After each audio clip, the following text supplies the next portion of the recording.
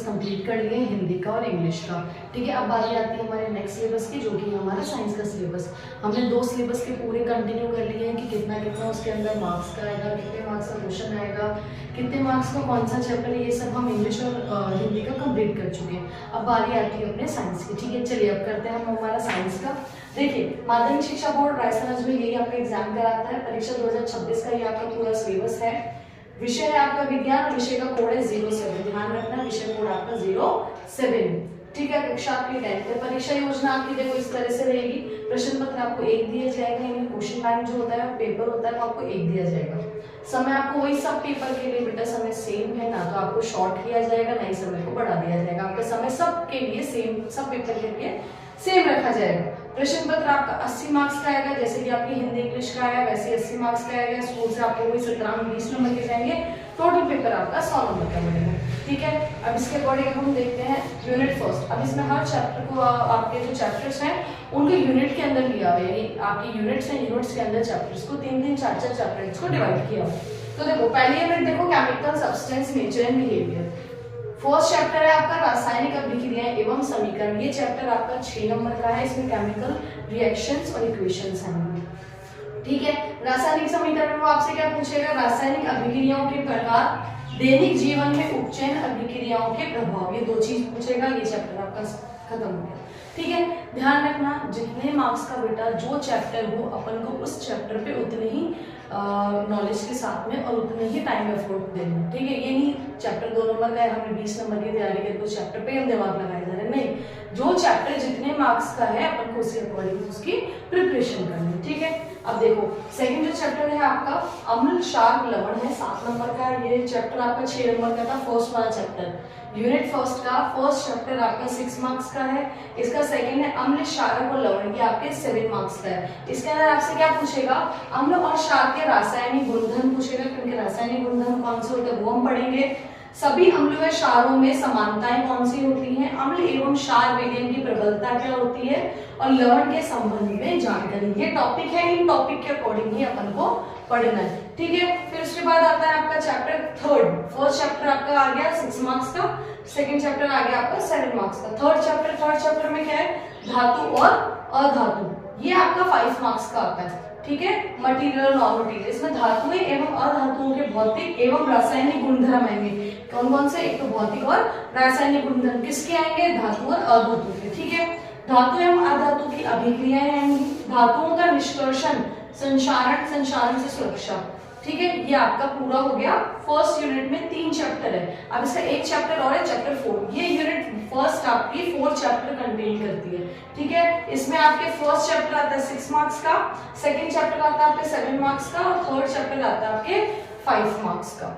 है अध्याय आपका 4। ये फर्स्ट यूनिट के आपको 4 चैप्टर है। फर्स्ट यूनिट को 4 चैप्टर में डिवाइड किया हुआ है। ठीक है, एक तो आपका रासायनिक हो गया, अम्ल क्षारक हो गया, और एक आपका हो गया कौन सा वाला, धातु और अधातु। ठीक है, उसके बाद जो 4th चैप्टर है वो है कार्बन एवं उसके यौगिक। ठीक है, और वो आएगा आपका 7 मार्क्स का। 7 मार्क्स में इसमें आपसे क्या पूछेगा, कार्बन यौगिकों में आपदन, कार्बन यौगिकों की सर्वतोमुखी प्रकृति, कार्बन यौगिकों के रासायनिक गुण, कुछ महत्वपूर्ण कार्बनिक यौगिक पढ़ेंगे, और साबुन और डिटर्जेंट में डिफरेंस पढ़ेंगे। ठीक है, ये हो गई आपकी फर्स्ट यूनिट। फर्स्ट यूनिट को 4 चैप्टर में डिवाइड किया हुआ है, फर्स्ट, सेकंड, थर्ड, फोर्थ को डिफरेंट पार्ट्स में, चारों को अलग अलग मार्क्स में डिवाइड किया हुआ है। ठीक है, उसके बाद है आपकी यूनिट थर्ड। यूनिट थर्ड में आपकी क्या है, वर्ल्ड ऑफ लिविंग। इसमें आपको जैव प्रक्रम, जो अध्याय 5 है आपका वो है जैव प्रक्रम। जैव प्रक्रम में आपसे क्या पूछेगा, जैव प्रक्रम, पोषण, श्वसन, वहन और उत्सर्जन, ये आपका 8 मार्क्स का है। ध्यान रखना, ये चैप्टर आपका बहुत इंपॉर्टेंट चैप्टर है।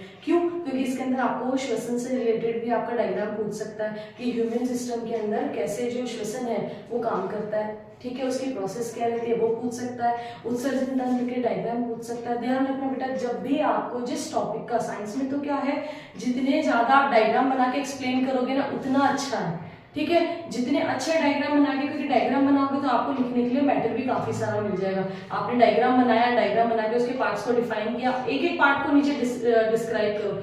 ये समझ के हमेशा आंसर दो कि सामना जो कॉपी चेक करे उसको कुछ नहीं आता, हम ही सब बता रहे हैं कि भैया ये चैप्टर है, ये क्वेश्चन है, इस क्वेश्चन के ये पार्ट्स होते हैं। ठीक है, ये आंसर होता है। ठीक है, तो आपको क्या करना है, अगर कोई क्वेश्चन ऐसा आ रहा है जिसमें वो आपको आता है कि वो डायग्राम से रिलेटेड है और जो आपका चैप्टर 5 है ना वो तो डायग्राम से रिलेटेड है, तो आपको क्या करना है, उसको डायग्राम से ही एक्सप्लेन करना है। तो जैव प्रक्रम है, जैव प्रक्रम वहां पे कितने मार्क्स का आ जाएगा, 5 मार्क्स का। ठीक है, पूछेगा ही पूछेगा, नहीं भी पूछता तो उत्सर्जन के हैं, श्वसन के, जो भी डायग्राम आपको आता हो वो आपको बना देना। ठीक है, ये आगे आपका 8 मार्क्स का सबसे हाईएस्ट मार्क्स का चैप्टर है पूरा आपका। ठीक है, उसके बाद आपका चैप्टर 6 आता है, ये सारे अपन सेकंड यूनिट के पढ़ रहे हैं। सेकंड यूनिट में भी 4 चैप्टर ही है आपके। ठीक है, आपके 4 यूनिट्स हैं, शायद 13 चैप्टर है टोटल, अभी देखते हैं कितने हैं, लेकिन लगभग 13 चैप्टर है, पूरे 13 चैप्टर को इसने यूनिट में डिवाइड किया हुआ है। ठीक है, सेकंड यूनिट का 5th चैप्टर हो गया। 6th चैप्टर है नियंत्रण एवं समन्वय, इसमें क्या है, जंतु तंत्रिका तंत्र, पादपों में समन्वय, जंतुओं में हार्मोन, इसके बारे में पूछेगा, ये आएगा आपका 6 मार्क्स का। ठीक है, 2 चैप्टर हो गए। इसके बाद 7th चैप्टर देखो, 7th चैप्टर में क्या है, जीवों में प्रजनन की, जीवों में प्रजनन, वो खुद के जैसे एक अलग जो बेबी को बनाते हैं ना, खुद के जैसे सेम कॉपी को जो बनाते हैं, तो कैसे बनाते हैं, उनकी प्रोसेस क्या रहती है। ठीक है, वो है जैसे जीवों द्वारा अपनी प्रतिक्रिया, क्या बोल रहे हैं, जीवों द्वारा अपनी प्रतिकृति यानी खुद की सेम कॉपी का सृजन कैसे करते हैं। जो एकल जीव होते हैं उसमें प्रजनन विधि कौन सी काम में आती है, और लैंगिक जनन, जनन स्वास्थ्य, इसके बारे में बताना है। तो ये चैप्टर आएगा आपका 7 मार्क्स का।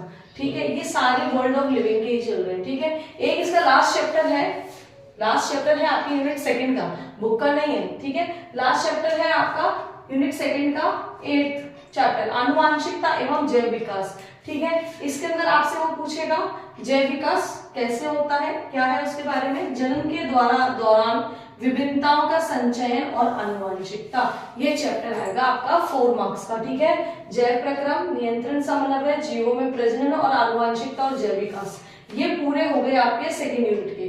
ठीक है, यहां तक की आपकी 2nd यूनिट है। ठीक है, 5th चैप्टर है 8 मार्क्स का, 6th चैप्टर है 6 मार्क्स का, 7th चैप्टर है आपका 7 मार्क्स का, एंड 8th चैप्टर है आपका 4 मार्क्स का। आ गया समझ में। चलो, अब यहाँ तक खत्म होती है आपकी 2nd यूनिट। अब आपकी आती है 3rd यूनिट। 3rd यूनिट आपकी नेचुरल फिनोमेना। अब इसमें क्या पूछेगा, वो आपको प्रकाश परावर्तन तथा अपरावर्तन बोलेगा। ठीक है, प्रकाश परावर्तन और अपवर्तन के बारे में बताना है आपको। ये चैप्टर भी आपका सेम हाईएस्ट मार्क्स का, इसमें भी 8 मार्क्स का चैप्टर है। ठीक है, प्रकाश का परावर्तन पूछेगा, गोलिया दर्पण पूछेगा और प्रकाश का अपवर्तन पूछेगा, बस इतना ही है इस चैप्टर के अंदर। ठीक है, लेकिन ये भी आपके चैप्टर 6 की तरह, चैप्टर 5 की तरह काफी अच्छे मार्क्स का है। ठीक है, तो ये हो गया आपका चैप्टर 9। ठीक है, ये चैप्टर 9 है आपका 8 मार्क्स का। चैप्टर 9 में ये 3rd यूनिट का एक चैप्टर और रह गया था, मानव नेत्र तथा रंग बिरंगा संसार। ये आपके 4 मार्क्स का आएगा। इसमें आपको क्या क्या पढ़ना है, मानव नेत्र पढ़ेंगे अपन, दृष्टि दोष पढ़ेंगे तथा उनका संशोधन पढ़ेंगे कि मानव नेत्र क्या होता है, नेत्र का, दृष्टि और उनका संशोधन कैसे होता है। ठीक है, प्रिज्म से प्रकाश का अपवर्तन, कांच के प्रिज्म द्वारा श्वेत प्रकाश का विक्षेपण, वायुमंडलीय अपवर्तन और प्रकाश का प्रकीर्णन, ये पूरा चैप्टर आएगा आपके 4 मार्क्स का।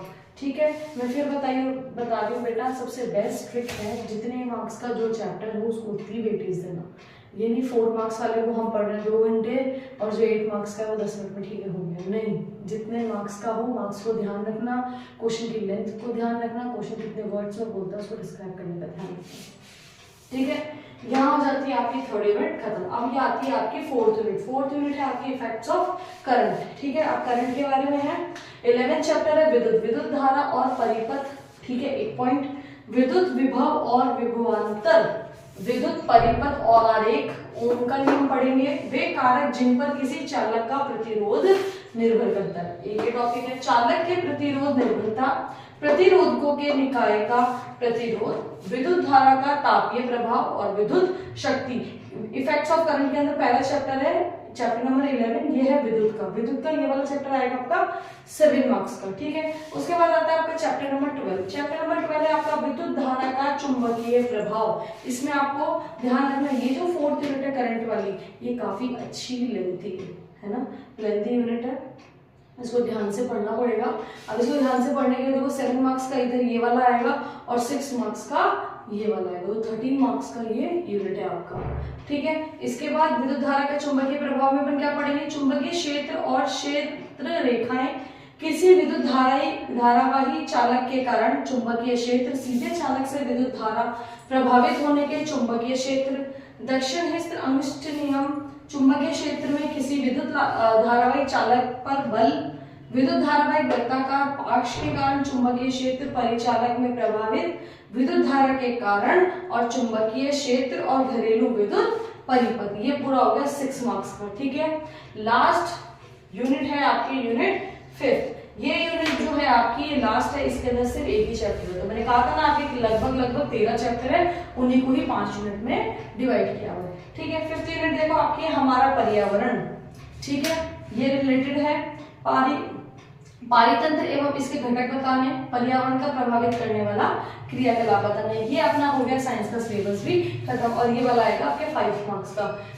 ध्यान रखना पूरे सिलेबस में अपन ने क्या पढ़ा, आपके पूरी 5 यूनिट हैं, हर यूनिट एक फर्स्ट यूनिट आपके 4 चैप्टर में डिवाइड है, सेकेंड यूनिट भी आपके 4 चैप्टर में डिवाइड है, थर्ड यूनिट भी आपके 4 चैप्टर में डिवाइड है। ठीक है, 3 चैप्टर्स में, फिर आपके 4th यूनिट 2 चैप्टर में डिवाइड है, और 5th यूनिट आपकी 1 चैप्टर में। ठीक है, सिंगल चैप्टर है। ये पूरा सिलेबस कवर करता है आपके 80 मार्क्स को। ठीक है, तो इसके अकॉर्डिंग हम प्रिपरेशन करेंगे। अब हमारे 3 सिलेबस कंप्लीट हो चुके हैं, हिंदी, इंग्लिश एंड साइंस। इसके बाद हम अगला वीडियो बनाएंगे अपना। ठीक है, तब तक के लिए गुड बाय, थैंक यू।